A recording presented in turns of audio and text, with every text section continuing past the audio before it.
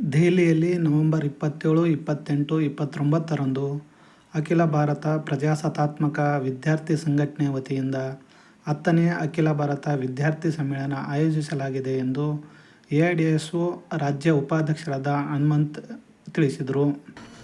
ಸಾರ್ವಜನಿಕ ಶಿಕ್ಷಣ ಉಳಿಸಿ ಎಲ್ಲರಿಗೂ ಉದ್ಯೋಗ ನೀಡಬೇಕು. ಎನ್ಇಪಿ 2020 ಪ್ರತಿರೋಧಿಸಿ ಈ ಸಮ್ಮೇಳನ ನಡೆಯಲಿದೆ ಎಂದರು. ವಿದ್ಯಾರ್ಥಿಗಳು ಮತ್ತು ಸಮಾಜ ಎದುರಿಸುತ್ತಿರುವ ಸಮಸ್ಯೆಗಳನ್ನು ಕುರಿತು ಪರಿಹರಿಸುವ ಗುರಿ ಹಾಕಿಕೊಳ್ಳಲಾಗಿದೆ. ದೇಶದ ವಿದ್ಯಾರ್ಥಿಗಳು, ಶಿಕ್ಷಕರು ಹಾಗೂ ಶಿಕ್ಷಣ ಪ್ರೇಮಿಗಳನ್ನು ಒಗ್ಗೂಡಿಸಲಾಗುವುದು ಎಂದು ತಿಳಿಸಿದರು. ಈ ಪತ್ರಿಕಾಗೋಷ್ಠಿಯಲ್ಲಿ ಉಪಾಧ್ಯಕ್ಷರಾದ ಪ್ರೀತಿ ದೊಡ್ಮನಿ, ತುಳಜಾರಾಮ್ ಎನ್.ಕೆ., ವೆಂಕಟೇಶ್ ದೇವದುರ್ಗ, ಅಭಿಷೇಕ್ ಸೇರಿದಂತೆ ಮುಂತಾದವರು ಉಪಸ್ಥಿತರಿದ್ದರು. ಸ್ನೇಹಿತರೆ, all India democratic students organisation ವತಿಯಿಂದ ಎಐಡಿಎಸ್ಒ ಅಖಿಲ ಭಾರತ ಸಮಿತಿಯ ವತಿಯಿಂದ ಒಂದು 10ನೇ ವಿದ್ಯಾರ್ಥಿಗಳ ಸಮ್ಮೇಳನಕ್ಕೆ ಕರೆ ಕೊಡಲಾಗಿದೆ. ಸ್ನೇಹಿತರೆ, ಇದರ ಮುಖ್ಯವಾಗಿರುವಂಥ ಬೇಡಿಕೆಗಳೇನೆಂದರೆ, ಇವತ್ತು ಸಾರ್ವಜನಿಕ ಶಿಕ್ಷಣನ ಉಳಿಸ್ಬೇಕಾದಂಥ ಒಂದು ಮಹಾನ್ ಹೋರಾಟನ ಇವತ್ತು ಕೈಗೆತ್ತಿಕೊಳ್ತಾ ಇದ್ದೀವಿ ಎಐಡಿಎಸ್ಒ ವಿದ್ಯಾರ್ಥಿಗಳ ಸಂಘಟನೆಯಿಂದ. ಇನ್ನೊಂದು ಕಡೆ ನೋಡ್ತೀವಿ, ಇವತ್ತು ಎಲ್ರಿಗೂ ಕೂಡ ಯಾರೆಲ್ಲ ಕೂತಿದ್ದಾರೆ, ಇವತ್ತು ಎಲ್ರಿಗೂ ಕೂಡ ಸರ್ವರಿಗೂ ಉದ್ಯೋಗನ ಇವತ್ತು ಖಾತ್ರಿಪಡಿಸಬೇಕು ಅಂತ ಹೇಳಿ ಕೇಳ್ತಿದ್ದೀವಿ. ಅಟ್ ದ ಸೇಮ್ ಟೈಮ್ ಇನ್ನೊಂದು ಕಡೆ ಇವತ್ತು ನ್ಯಾಷನಲ್ ಎಜುಕೇಷನ್ ಪಾಲಿಸಿ NEP 2020 ಅಂತ ಹೇಳ್ಬಿಟ್ಟು ಇವತ್ತು ಒಂದು ಹೊಸ ಶಿಕ್ಷಣ ನೀತಿಯನ್ನು ಇಡೀ ದೇಶದಾದ್ಯಂತ ಇವತ್ತು ಕೇಂದ್ರ BJP ಸರ್ಕಾರ ನೇತೃತ್ವದಲ್ಲಿರುವಂಥ ಇವತ್ತು ಒಂದು ಪಾಲಿಸಿನ ಇವತ್ತು ಇಂಪ್ಲಿಮೆಂಟ್ ಮಾಡಲಾಗಿದೆ. ಇದ್ರ ವಿರುದ್ಧ ಭಾಳ ಬಲಿಷ್ಠವಾಗಿ ಅದನ್ನು ಪ್ರಾರಂಭದಿಂದಲೂ ಕೂಡ ಎಐಡಿಎಸ್ಒ ವಿರೋಧಿಸ್ತಾ ಇದ್ದೀವಿ. ಯಾಕೆ ಅಂತಂದರೆ, ಇಲ್ಲಿ ಭಾಳ ದೊಡ್ಡ ಮಟ್ಟದಲ್ಲಿ ಇತಿಹಾಸದ ತಿರುಚುವಿಕೆ ನಡೀತಾ ಇದೆ. ಇವತ್ತು ರಾಜಕೀಯ ಅಜೆಂಡಾಗಳನ್ನು ಇವತ್ತು ತೊಗೊಂಬಂದು ಇವತ್ತು ಪಠ್ಯಪುಸ್ತಕದಲ್ಲಿ ಸೇರಿಸಲಾಗ್ತಾ ಇದೆ. ಮಹಾನ್ ವ್ಯಕ್ತಿಗಳ ಆದರ್ಶಗಳು ಇವತ್ತು ಎಷ್ಟೋ ಮಹಾನ್ ವ್ಯಕ್ತಿ, ನೇತಾಜಿ, ಅಂಬೇಡ್ಕರು, ಸಾವಿತ್ರಿಬಾಯಿ ಫುಲೆ, ಭಗತ್ ಸಿಂಗು, ಇಂಥ ಎಷ್ಟೋ ಮಹಾನ್ ವ್ಯಕ್ತಿಗಳ ಪಠ್ಯಪುಸ್ತಕದಲ್ಲಿರುವಂಥ ತಮ್ಮ ಪಾಠಗಳನ್ನು ಇವತ್ತು ಸರ್ಕಾರ ತೆಗೆದುಹಾಕ್ತಾ ಇದ್ದಾರೆ. ಇದ್ರ ವಿರುದ್ಧ ಕೂಡ ನಾವು ಹೋರಾಟಗಳು ಬೆಳೆಸ್ತಿದ್ದೀವಿ. ಹೀಗಾಗಬಾರ್ದು ಅಂತ ಹೇಳ್ಬಿಟ್ಟು ಇವತ್ತೇನು ನವೋದಯ ಕಾಲದ ಮಹಾನ್ ವ್ಯಕ್ತಿಗಳು, ಸ್ವಾತಂತ್ರ್ಯ ಹೋರಾಟಗಾರ ಕನಸು ಏನಾಗಿತ್ತು ಅಂದರೆ, ಎಲ್ಲರಿಗೂ ಕೂಡ ಶಿಕ್ಷಣ ಬೇಕು ಅಂತ ಅನ್ನೋದು ಅವರೆಲ್ಲರೂ ಕೂಡ ಕನಸಾಗಿತ್ತು. ಆದರೆ ಸ್ವಾತಂತ್ರ್ಯ ಸಿಕ್ಕು 70 ವರ್ಷಗಳೇ ಕಳೆದರೂ ಕೂಡ ಇದು ಇನ್ನೂ ಕೂಡ ಸಾಕಾರ ಆಗಿಲ್ಲ. ಬಂದಂಥ ಎಲ್ಲ ನಮ್ಮ ನಾಳಿರುವಂಥ ಸರ್ಕಾರಗಳು ಮಾಡಿದ್ದೇನು, ಶಿಕ್ಷಣನ ಪದೇ ಇವತ್ತಿಗೂ ಖಾಸಗೀಕರಣಕ್ಕೆ ಮಾಡಲಿಕ್ಕೆ ಹಾಕ್ತಾನೇ ಇದ್ದಾರೆ. ಯಾಕೆಂದರೆ ಇದು ಇವತ್ತು ಅತಿ ಹೆಚ್ಚು ಲಾಭ ಮಾಡ್ಕೊಳ್ತಕ್ಕಂಥ ಒಂದು ದಂಧೆಯನ್ನಾಗಿ ಇವತ್ತು ಸರ್ಕಾರ ಅದನ್ನು ಅರ್ಥ ಮಾಡ್ಕೊಂಡಿದ್ದಾರೆ. ಅದಕ್ಕೆ ತಕ್ಕಂತಲೇ ಇವತ್ತು ಖಾಸಗಿ ವ್ಯಕ್ತಿಗಳಿಗೆ ಇವತ್ತು ಮಾರಾಟ ಮಾಡೋದನ್ನು ಮಾಡ್ತಾ ಇದ್ದಾರೆ. ಇದನ್ನು ನಾವು ವಿರೋಧಿಸ್ತಾ ಇದ್ದೀವಿ. ಹೀಗಾಗಬಾರ್ದು ಅಂತ ಹೇಳ್ಬಿಟ್ಟು ಅದ್ರ ಜೊತೆಗೇ ಇವತ್ತು ಏನು ಶಿಕ್ಷಣಕ್ಕೆ ಕೊಡುವಂಥ ಬಜೆಟ್ ಇದೆ, ಶಿಕ್ಷಕರ ನೇಮಕಾತಿಗಳು ಆಗ್ತಾ ಇಲ್ಲ. ಬಜೆಟ್ಟು ಕಂಪ್ಲೀಟ್ಲಿ ಪ್ರತಿ ವರ್ಷ ಕಟ್ ಡೌನ್ ಮಾಡ್ತಾ ಇದ್ದಾರೆ. ರಾಜ್ಯ ಸರ್ಕಾರ 30% ಬಜೆಟನ್ನು ಮೀಸಲಿಡಬೇಕು ಅಂತ ಕೇಳ್ತಿದ್ದೀವಿ. ಕೇಂದ್ರ ಸರ್ಕಾರ 10% ಬಜೆಟನ್ನು ಇವತ್ತು ಎಜುಕೇಷನ್ ಮೀಸಲಿಡಬೇಕು ಅಂತ ಕೇಳ್ತೀವಿ. ರಿಸರ್ಚ್ಗೆ ಹೆಚ್ಚಿನ ದುಡ್ಡನ್ನು ಬಿಡುಗಡೆ ಮಾಡಬೇಕು ಅಂತ ಕೇಳ್ತಿದ್ದೀವಿ. ಈ ಥರ ಹೋರಾಟಗಳು ನಡೀತದೆ. ಶಿಕ್ಷಕೇತರ ಎಲ್ಲ ಇವತ್ತು ಹುದ್ದೆಗಳನ್ನು ಕೂಡಲೇ ಭರ್ತಿ ಮಾಡಬೇಕು ಅಂತ ಆಗ್ರಹಪಡಿಸ್ತಾ ಇದ್ದೀವಿ.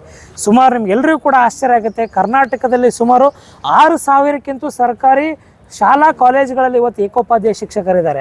ಇಡೀ ದೇಶದಾದ್ಯಂತ ನಿಯರ್ಲಿ 60% ಸರ್ಕಾರಿ ಶಾಲಾ ಕಾಲೇಜು ವಿಶ್ವವಿದ್ಯಾಲಯಗಳಲ್ಲಿ ಪೋಸ್ಟ್ಗಳು ಖಾಲಿ ಉಳ್ಕೊಂಡಿದ್ದಾವೆ. ಹಾಗಾದರೆ ಇವತ್ತು ಗುಣಮಟ್ಟದ ಶಿಕ್ಷಣ ಎಲ್ಲಿ ಹೋಗಿದೆ ಅಂತ ಅನ್ನೋದನ್ನು ನೀವು ಅರ್ಥ ಮಾಡ್ಕೋಬೋದು ಸ್ನೇಹಿತರೆ.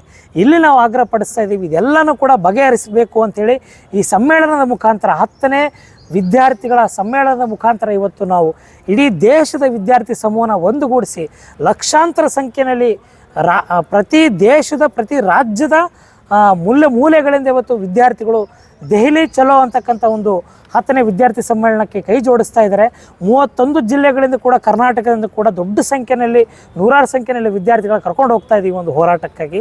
ಸೊ ಅದೇ ರೀತಿಯಾಗಿ ಈ ಒಂದು ಸಮ್ಮೇಳನ ಯಶಸ್ವಿ ಮಾಡೋದಕ್ಕೋಸ್ಕರ ಇಡೀ ಜನತೆ ಎಐಡಿಎಸ್ಒ ಪರವಾಗಿ ಯಾವಾಗಲೂ ನಿಂತಿದೆ, ಇವಾಗೂ ನಿಲ್ಲುತ್ತೆ ಅನ್ನೋ ಸಂಪೂರ್ಣ ಭರವಸೆಯೊಂದಿಗೆ ಈ ಒಂದು ಹೋರಾಟನ ನಾವು ಕೈಗೆತ್ತಿಕೊಂಡಿದ್ದೀವಿ.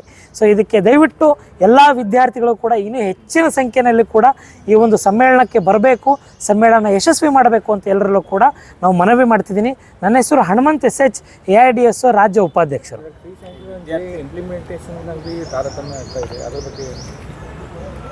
ಹೌದು, ಇತ್ತೀಚೆಗೆ ನೀವು ಅಬ್ಸರ್ವ್ ಮಾಡಿರ್ಬೋದು, ಇವತ್ತು ಇಂಜಿನಿಯರಿಂಗು, ಮೆಡಿಕಲ್, ಇನ್ನಿತರ ಉನ್ನತ ಶಿಕ್ಷಣ ಸಂಸ್ಥೆಗಳಲ್ಲೂ ಕೂಡ 10% ಫೀಸನ್ನು ಇನ್ಕ್ರೀಸ್ ಮಾಡ್ತಿದ್ದಾರೆ. ಇವತ್ತೇ ಪತ್ರಿಕೆಗಳಲ್ಲಿ ನಾವು ಓದಿದ್ವಿ 10% ಸರ್ಕಾರಿ ಮತ್ತು ಪ್ರೈವೇಟ್ ಕಾಲೇಜಸ್, ಮೆಡಿಕಲ್ ಕಾಲೇಜಸ್ಗಳಲ್ಲಿ, ಪ್ಯಾರಾಮೆಡಿಕಲ್ ಕಾಲೇಜಸ್ಗಳಲ್ಲಿ ಫೀಸ್ ಹೆಚ್ಚಳನ ಮಾಡ್ತಾ ಇದ್ದಾರೆ. ನಮ್ಮ ಬೇಡಿಕೆನೇ ಇರೋದು ಎಲ್ಲ ಸ್ತರದ, ಎಲ್ಲ ಹಂತದ ಇವತ್ತು ಫೀಸ್ ಹೆಚ್ಚಳನ ನಾವು ವಿರೋಧಿಸ್ತಾ ಇದ್ದೀವಿ. ಯಾವುದೇ ರೀತಿಯಿಂದ ಫೀಸ್ ಹೆಚ್ಚಳ ಮಾಡಬಾರ್ದು. ರಾದರ್ ಸರ್ಕಾರ ಇವತ್ತು ಶಿಕ್ಷಣ ಕೊಡಿಸೋದು ಮೂಲಭೂತವಾಗಿರುವಂಥ ಒಂದು ಹಕ್ಕಾಗಿಸಬೇಕು. ಇದನ್ನು ಆಲ್ರೆಡಿ ಸಂವಿಧಾನ ಇದ್ದರೆ ಸಾಕಾಗಲ್ಲ, ಅದನ್ನು ಇಂಪ್ಲಿಮೆಂಟೇಷನ್ ಮಾಡಬೇಕು ಅಂತೇಳಿ ನಾವು ಇವತ್ತು ಸರ್ಕಾರನ ಆಗ್ರಹ ಪಡಿಸ್ತಾ ಇದ್ದೀವಿ. ಸರ್, ಇದು 3 ದಿನ ಇರುವಂಥ ಕಾರ್ಯಕ್ರಮ, 27, 28, 29. ಇದು ಬಹಿರಂಗ ಸಭೆ ಮೊದಲನೇ ದಿನ ಆಗುತ್ತೆ. ಅದು ಆಮೇಲೆ ಎರಡು ದಿನಗಳು 28, 29 ಇದು ಪ್ರತಿನಿಧಿಗಳ ಅಧಿವೇಶನ ಆಗುತ್ತೆ ಸರ್. ಇದು ದೆಹಲಿನಲ್ಲಿ ತಲಕೋಟೋರಾ ಅಂಥೇಳಿ ಒಂದು ಇಂಡೋರ್ ಸ್ಟೇಡಿಯಂ ಇದೆ, ಅಲ್ಲಿ ಈ ಒಂದು ಸಮ್ಮೇಳನ ನಡೀತಾ ಇರೋದು ಸರ್. ಇಲ್ಲ ಸರ್, ಅಂದರೆ ಫ್ರೀ ಏನು ಮಿನಿಮಮ್ ಏನು ಡೆಲಿಗೇಟ್ ಫೀಸ್ ಇರುತ್ತೆ ಸರ್, ಅದು ಇರುತ್ತೆ ಸರ್. ಡೆಲಿಗೇಟ್ ಫೀಸ್ ಇದೆ ಸರ್, 300 ರೂಪಾಯಿ ಡೆಲಿಗೇಟ್ ಫೀಸ್ ಇದೆ ಇದಕ್ಕೆ, 300 ರೂಪಾಯಿ. ಆಮೇಲೆ ಅಲ್ಲಿ ಎಲ್ಲನೂ ಕೂಡ ವ್ಯವಸ್ಥೆ, ಊಟದ್ದು ಇರೋ ವ್ಯವಸ್ಥೆ ಎಲ್ಲನೂ ಕೂಡ ಸಂಘಟನೆಯಿಂದ ನಾವು ನೋಡ್ಕೊಳ್ತಾ ಇದ್ದೀವಿ ಸರ್. ಸೊ ಇದು ಬಿಟ್ಟರೆ ಮತ್ತೇನಿಲ್ಲ. At the same time sir, ಇನ್ನೊಂದು ಮುಖ್ಯವಾದಂಥ ನಾನು ಹೇಳೋದನ್ನು ಮರೆತುಬಿಟ್ಟೆ. ಅದೇನೆಂದರೆ ಈ ಒಂದು ಸಮ್ಮೇಳನಕ್ಕೆ ಭಾಳ ಪ್ರಖ್ಯಾತವಾಗಿರುವಂಥ ಒಬ್ಬ ಹಿಸ್ಟೋರಿಯನ್, ಇತಿಹಾಸ ತಜ್ಞರು ಪ್ರೊಫೆಸರ್ ಇರ್ಫಾನ್ ಹಬೀಬ್ ಅಂಥೇಳಿ ಅವರು ಉದ್ಘಾಟಕರಾಗಿ ಬರ್ತಾ ಇದ್ದಾರೆ.